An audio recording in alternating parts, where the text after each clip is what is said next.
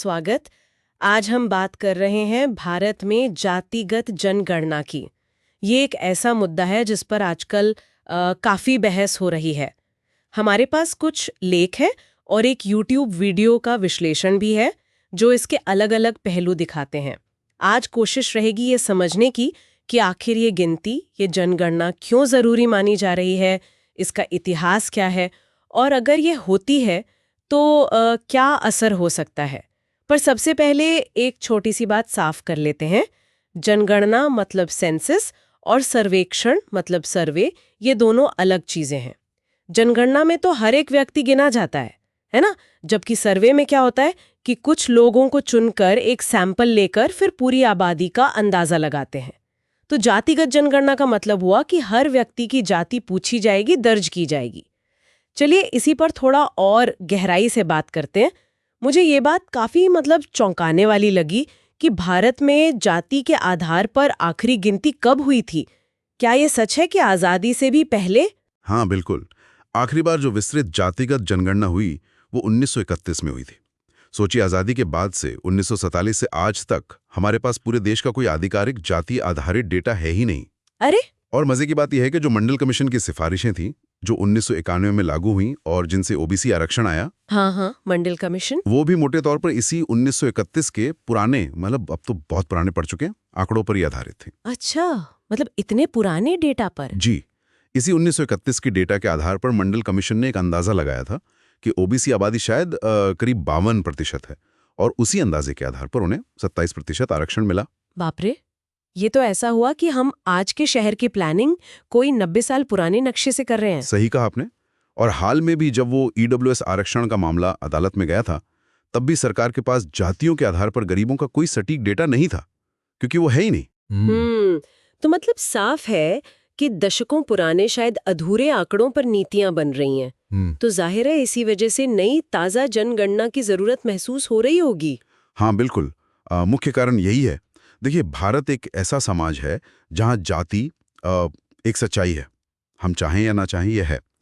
तो नई जनगणना से एक साफ तस्वीर मिलेगी कि भाई अलग अलग जातियों की नुमाइंदगी, उनका प्रतिनिधित्व अलग अलग क्षेत्रों में कितना है।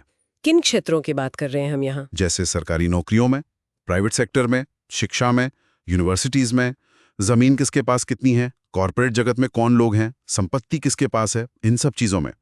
इससे ये पता चलेगा कि जो संसाधन हैं, जो मौके हैं, उनका बंटवारा कितना असमान है।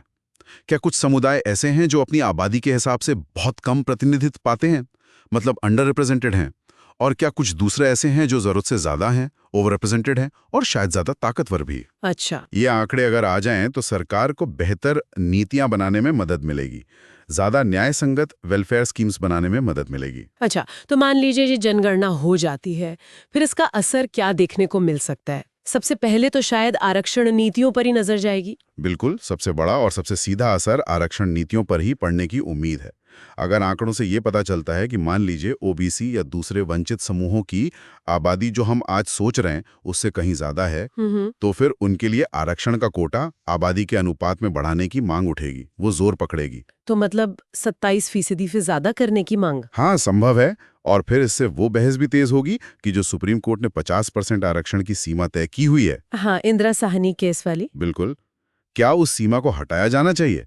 और उसके लिए तो फिर संविधान में संशोधन करना पड़ेगा। हाँ, वो 50% वाली सीमा तो हमेशा से ही एक बड़ा, क्या कहते हैं, कानूनी और राजनीतिक पेच रहा है। जी। अच्छा, और क्या निजी क्षेत्र मतलब प्राइवेट सेक्टर पर भी इसका असर पड़ेगा? पड़ सकता है।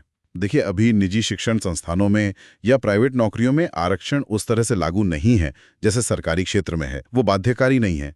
लेकिन अगर नए आंकड़े आते हैं और वो दिखाते हैं कि भाई बहुत ज्यादा असमानता है, तो फिर इन प्राइवेट क्षेत्रों में भी आरक्षण लागू करने का एक सामाजिक और राजनीतिक दबाव बढ़ सकता है।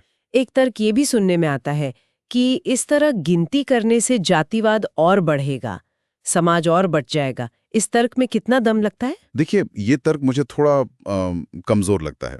सच तो ये है कि भारत में जातिवाद तो पहले से ही है, हर स्तर पर है। आप शादी ब्याह देख लीजिए, सामाजिक मेलजोल देख लीजिए, जाति की पहचान तो समाज में बहुत गहरे तक है। ये बात तो सही है। तो जनगणना कोई जातिवाद पैदा नहीं कर रही है, वो सिर्फ ये बता रही है कि किसकी कितनी हिस्सेदारी है, कौन कहाँ खड़ा है। ये मौजूदा स्थिति को आंकड़ों में सामने लाएगी, ये जातिवाद को बढ़ाएगी नहीं, बल्कि शायद उसकी असलियत दिखाएगी। इसको ऐसे भी समझ सकते हैं कि ये बराबरी की तरफ बढ़ने के 3 कदम हैं, शायद। पहला, गिनती करना। काउंटिंग। पहले गिन तो लें कि कौन कितना है, किसके पास क्या है। ठीक है। दूसरा, फिर पहचान करना, आइडेंटिफिकेशन, कि समस्या कहाँ है, असमानता कहाँ है। और तीसरा, फिर भागीदारी देना या समाधान निकालना। तो अभी हम सिर्फ पहले कदम की बात कर रहे हैं, गिनती की, ताकि पता तो चले कि जमीनी हकीकत क्या है। जब आंकड़े सामने होंगे तभी सही नीतियां बनाने का दबाव भी बनेगा। तो कुल मिलाकर बात यह है कि 1931 के बाद से जातिगत आंकड़े है नहीं हमारे पास। नई जनगणना अगर होती है तो विभिन्न क्षेत्रों में जातियों की असली भागीदारी का पता चलेगा और इससे नीतियां, खासकर आरक्षण नीति, प्रभावित हो सकती हैं। और ये जातिवाद बढ़ाने के बजाय शायद मौजूदा असमानता को समझने का एक जरिया है। बिल्कुल। और यहाँ एक सोचने वाली बात यह भी रह जाती है कि जब ये गिनती हमें समाज की शायद कुछ गहरी, कुछ असुविधाजनक सच्चाइयां दिखाएगी, तब सिर्फ सरकारी नीतियां बदलना शायद काफी ना हो। एक समाज के तौर पर उन सच्चाइयों का सामना करने के लिए और असली बराबरी की तरफ बढ़ने के लिए हमें और किन संवादों की, किन बदलावों की और किन सामूहिक कोशिशों की जरूरत पड़ेगी, ये एक बड़ा सवाल है।